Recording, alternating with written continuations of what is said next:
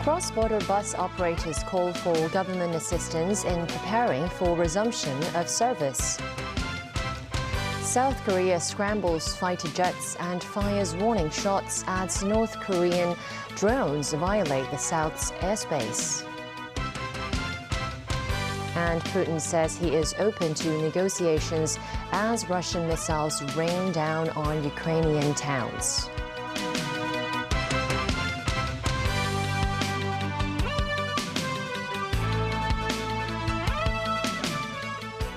Good evening and welcome to TVB News. Operators of cross-border buses say extra money, manpower and land are needed if the resumption of cross-border travel with the mainland is to happen shortly. That's after hundreds of these buses have been left on parking lots out of use for almost 3 years. To cross the border by land, many travellers would make use of cross-border bus services, but operators are now calling for help. The first step in resuming cross-border bus services is to allow tightly packed vehicles seen here to make their way back onto roads. The way to do it, as the tour bus sector noted, is to find another piece of land with a similar area to temporarily park some of the buses so that vehicles trapped in the middle can be driven away. Also, operators estimate that up to 500 cross-border drivers are needed in the early stages of the resumption of service. They hope the government will negotiate with mainland authorities to relax the current rule that bars drivers aged 60 or above from driving tour buses. Alan Chan, Secretary General of the China, Hong Kong and Macau Boundary Crossing Bus Association, said many young drivers have already changed jobs over the past few years. To solve the problem of not having enough drivers, Chan suggested that the age limit for cross-border bus drivers be raised to 65 years old, and it usually takes 9 months to train up a new driver. Meanwhile, lawmakers continue to applaud the resumption of cross-border travel with the mainland. Talking about a fully resumption, of course, it really depends on the progress, and we are not too concerned about when it will be fully recover. But most important is that we can take the step by step. But tourism sector lawmaker Yu Pak Leung urged the authorities to announce a clear timetable as time is needed to recover and repair the ships and buses that have not been in use for years. Meanwhile, sources say immigration officers will return to border control points as soon as Wednesday. The move comes as officers will have to familiarize themselves with relevant procedures in preparation for the resumption of cross-border travel. Sources also say the resumption will focus on border control points with connecting railways, including Luohu Port and the Futian Lok Ma Chau Port. Meanwhile, some schools have indicated that the early stages of the resumption need not include cross-border students, as the implementation details would be complicated. In an article published on Ta Kung Pao, Chief Executive John Lee said the long-awaited quarantine-free travel between Hong Kong and the mainland will resume in a progressive, orderly and safe manner. Lee said he's confident that the resumption of cross-border travel will help boost the city's economy. In terms of the city's development, he said the SAR government will focus on 3 aspects in the future. They include the integration of Hong Kong into the nation's development, making good use of the advantages of the one country, two systems principle, and attracting talent to the city to enhance its competitiveness. Russian forces launched a Christmas Day bombardment of Ukrainian towns, even as President Vladimir Putin said he was open to peace negotiations. Ukraine has dismissed Putin's remarks, saying his intentions are not consistent with the relentless Russian attacks on Ukrainian cities that have plunged millions into darkness. Pope Francis, meanwhile, called for an end to the 10-month-old war during his Christmas address. Nazvi Karim has more. 2 high-profile figures talked about peace on Christmas Day. One was Pope Francis, who was forthright and unequivocal in calling for an end to the senseless war between Russia and Ukraine. Pleas during his traditional Christmas message at the Vatican is likely to be welcomed by Ukraine and the West. Putin's remarks have been received with an expected measure of skepticism. This as Russia reportedly rained down dozens of rockets on a number of towns in Ukraine on Christmas Day. Ukraine's military says Russia launched at least 10 rockets on the Kupiansk district in Kyiv and shelled more than 25 towns along the Kupiansk-Liman battlefront, where Moscow says more than 60 Ukrainian soldiers were killed. Around 20 towns were also hit in Zaporizhia, Ukraine said. An advisor to Ukrainian President Volodymyr Zelensky said Russia's continued attacks on towns and critical infrastructure proved that Moscow does not want negotiations. Zelensky, meanwhile, wished Ukrainians a Merry Christmas, warning them to take heed of air alerts, saying he expected more Russian missile strikes. "We must be aware that our enemy will try to make this time dark and difficult for us," Zelensky said. Moscow said 3 military personnel were killed on Monday when wreckage from a Ukrainian drone fell on a base in the Saratov region inside Russia. At the Vatican, tens of thousands of tourists, pilgrims and residents of Rome crammed into St. Peter's Square as the pontiff called for an immediate end to the war. He urged the throng to remember the millions of Ukrainians who were without electricity or heating because of Russian attacks on energy infrastructure, along with the millions more who were displaced since Putin invaded Ukraine on February 24th. Nazvi Karim, TVB News. 4 major international aid groups have suspended operations in Afghanistan after the Taliban banned women from working at non-governmental organizations. The 4 NGOs are Save the Children, the International Rescue Committee, the Norwegian Refugee Council and CARE. They provide healthcare, education, child protection and nutrition services and support. The group said they cannot effectively reach children, women and men in desperate need in Afghanistan without the women in their workforces. The NGO ban was introduced on Saturday, allegedly because the women weren't wearing the Islamic headscarf correctly. The Taliban, which seized power last year, also banned female students from attending universities across the country. A suspect accused of gunning down 3 Kurdish people in Paris told investigators of his hatred of foreigners. This as protests from the Kurdish community over the killings continued in the French capital. The 69-year-old man was arrested on Friday after 2 men and a woman were shot dead at a Kurdish cultural center and a nearby Kurdish cafe in the French capital's 10th district. Police say the man is believed to be the only shooter.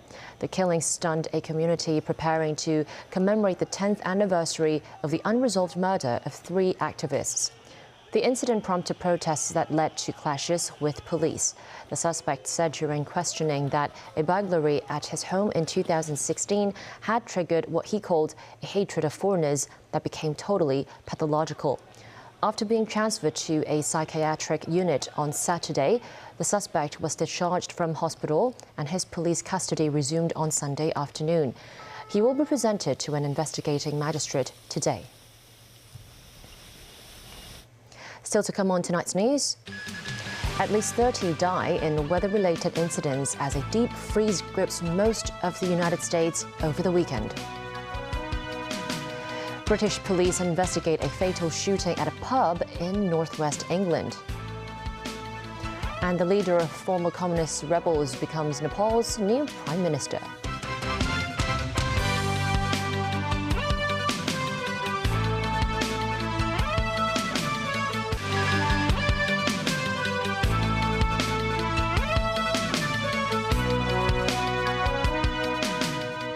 Welcome back to TVB News. The city reported 19,398 new COVID infections today, 865 of which were imported. 47 more patients have died in public hospitals. The hospital authority said more COVID patients from residential care homes were admitted to hospitals over the past week than 2 weeks ago. Christy Kant reports. Hong Kong's daily COVID infection tally dropped below the 20,000 mark on Boxing Day. According to hospital authority figures, a total of 4,665 patients were hospitalized as of yesterday.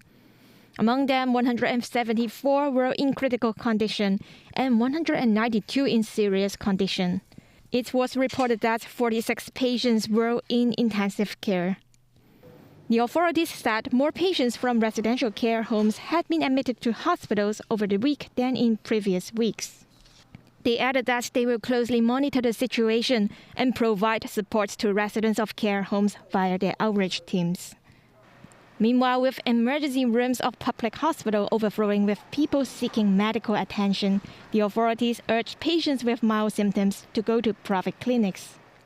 As of 5:30 this afternoon, the accident and emergency departments at 3 of the city's 18 public hospitals, including Pamela Youth Neversole Eastern Hospital, United Christian Hospital, and Tin Shui Wai Hospital, recorded waiting times of over 8 hours. The situation was even worse in the morning, with 10 public hospitals reporting waiting times of over 8 hours. This woman at Queen Mary Hospital said she had already spent hours waiting at the emergency room.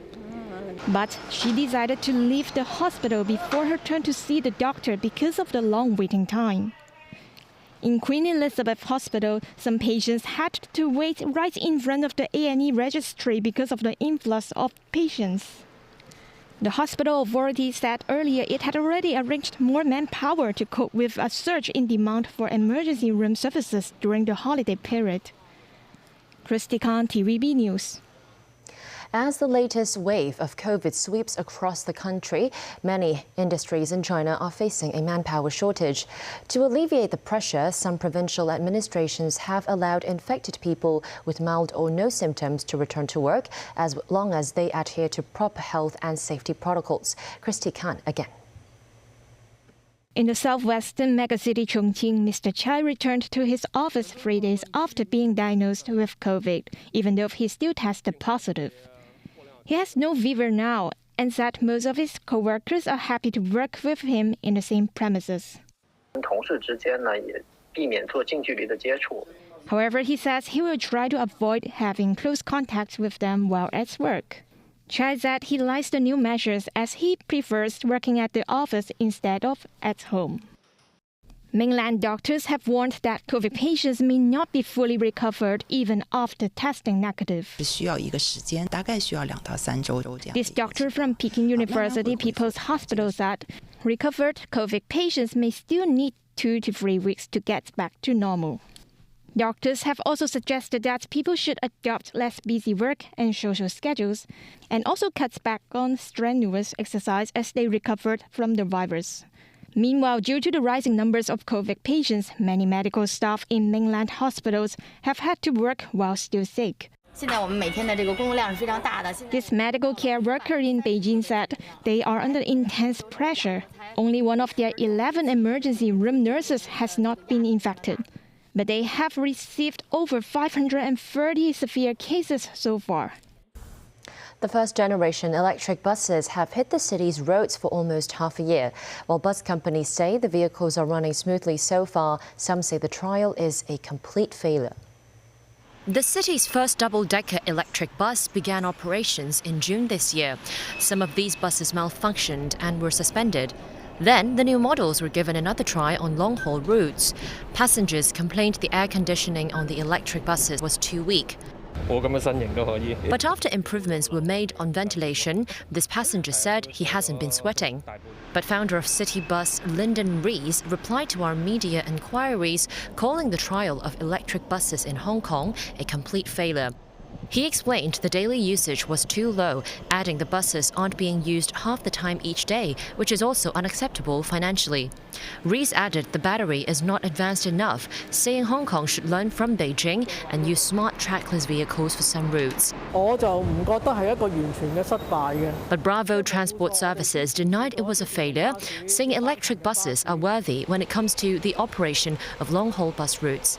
In the latest policy address, the chief executive proposed for 700 electric buses to be up and running by the end of 2027. The Environment Bureau even suggested having a route with buses that run on fuel, battery and hydrogen next year. Hong Kong did have a hydrogen bus arrive in the city before, but at the time there were no relevant laws to allow such cars to go for trial on the road. Authorities say it has set up a task force to look into test-running hydrogen vehicles and expects they can be tried before the end of next year. In Nepal, the leader of former communist rebels has become the country's new prime minister with the support of his ex-opponent and other smaller political parties. The announcement was made after the Maoist Communist Party leader, Pushpa Kamal Dahal met the country's president on Sunday. That move follows last month's elections that resulted in a hung parliament in the Himalayan nation. Dahal has the support of more than half the members of the newly elected House of Representatives, the lower house of parliament. But analysts said he is unlikely to provide the country with stability due to many coalition partners. He also faces serious economic challenges in a country that saw inflation at a 6-year high. Since the abolition of the centuries-old monarchy in 2008, no government has completed a full term in Nepal.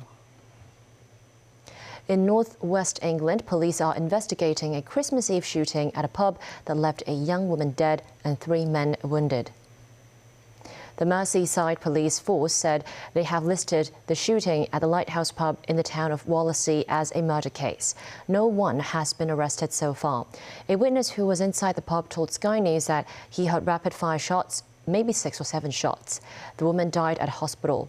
The police said along with the 3 men wounded, several people were also injured.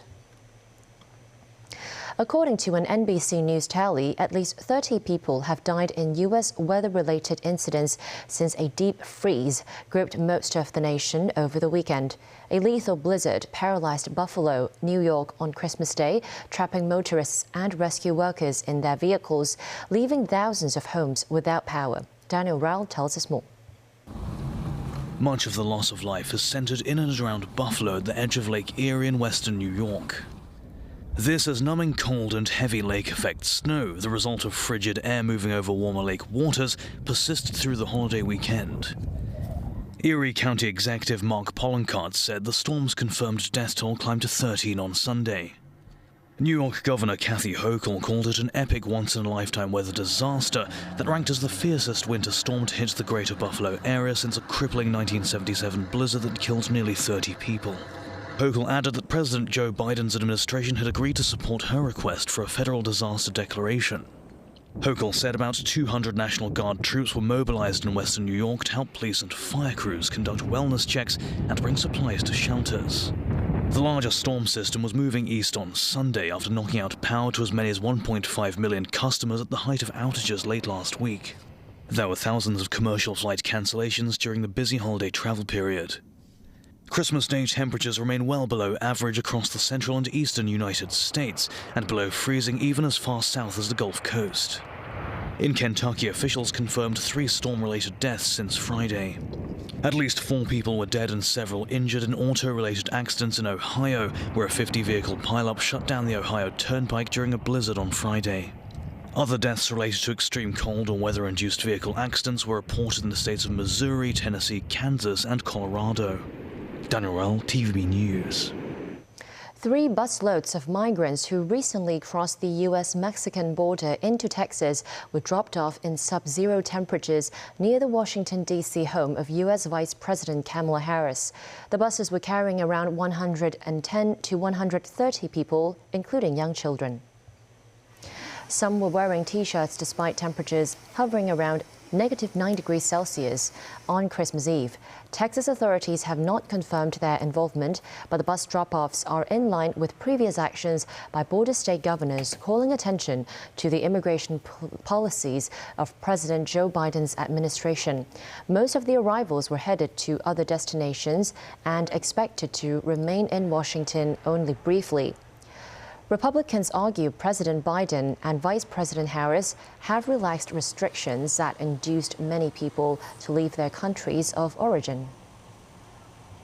And that's the news. Thanks for watching.